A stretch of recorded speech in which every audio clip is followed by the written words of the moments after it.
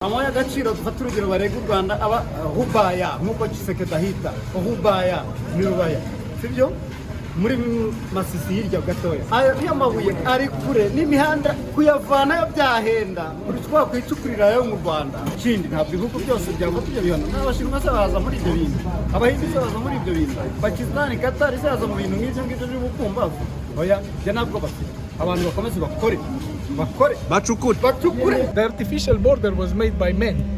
This was not made by men. So geology, it doesn't have passport, it doesn't have borders. Nuko rero ngo biriya birego ni bya politiki ni ukugira ngo u Rwanda rufatirwe ibihano ruzira iki ni urwango hagati y'ibihugu inyenyeri imurikira rubanda isanga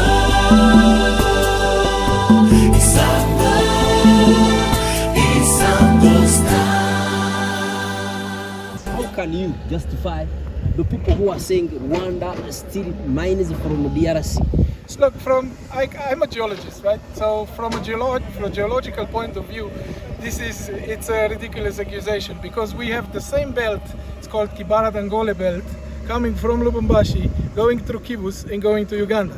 So it's the same geological formation that formed pegmatites. And pegmatites are the things that are actually rich with tantritis.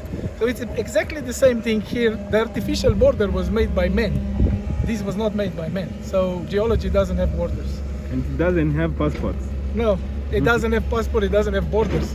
Okay. Yeah, it's not the same. Like... It's like, you see, all rocks and everything in the planet is made from minerals. So some of the minerals you used in rocks are also in this.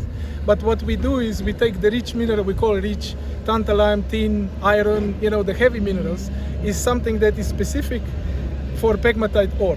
And once we clean this, once we take out the heavy minerals, what actually stays is a building material. And you can see down there in our mine, you will see the bricks that we're making, and we build the houses that are there. They are made from these particular rocks. In industry, we call this life of mine, right? So life of mine, basically, when you start developing a mine, when you start doing the feasibility study, a very, very first thing you do is exploration. So you drill holes so that you prove the geometry and volume of the ore body. At the same time, you then prove the grade of the ore body, so that you know not only how big this ore body is, but what percentage of the minerals that you're looking for are in. So we've done this, obviously. This is what we were doing for the last 4 years. And we've proven for now 5.5 million tons of ore at about 150 to 200 ppm, which would last for us for 16 years at the current capacity.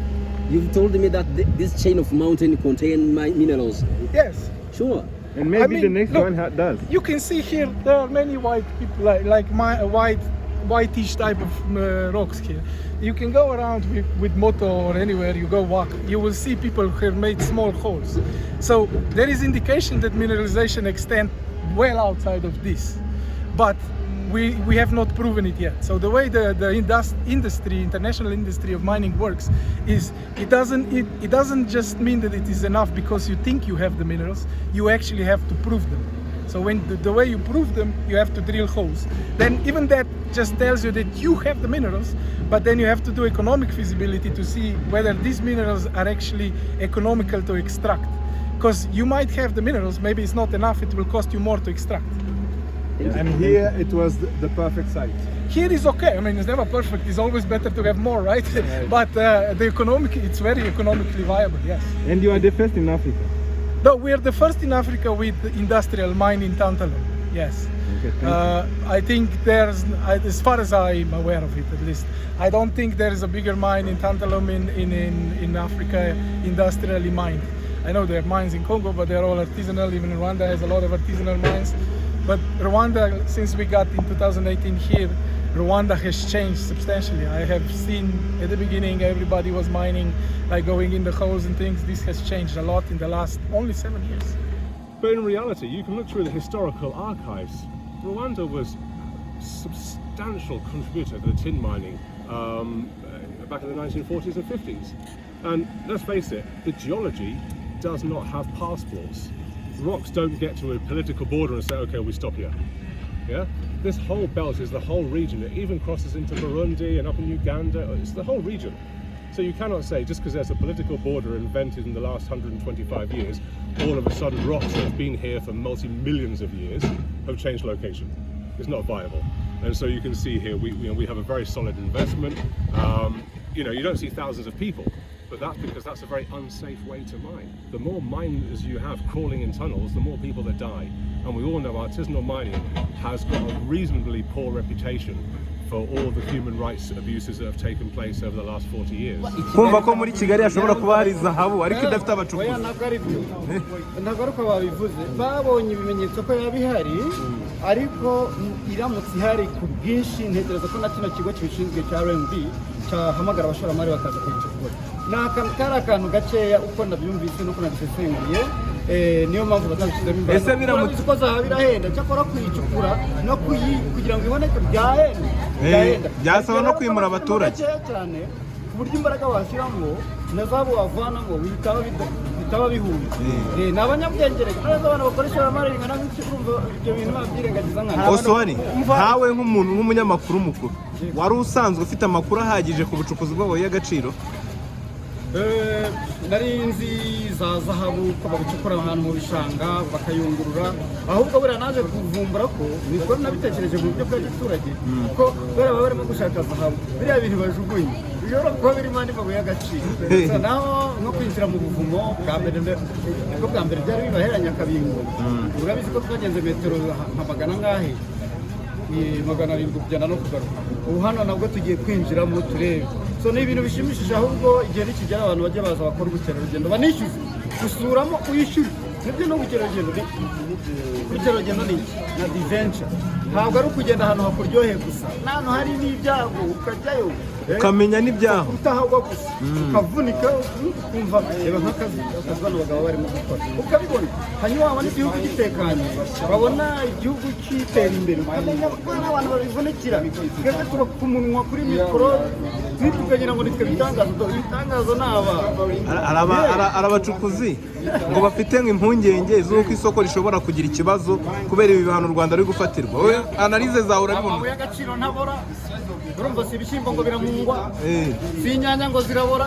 Urumva baramutse bavuze ngo y'agaciro ryo mu Rwanda ntirigurwe, barabika igihe cyazavaho hanyuma akazadutunga. Ikindi ntabwo ibihugu byose byafata ibyo bihano. N'abashinwa se baza muri ibyo bintu, abahindi se baza muri ibyo bintu, Pakistan, Qatar se baza mu bintu nk'ibyo ngibyo by'ubukumbavu.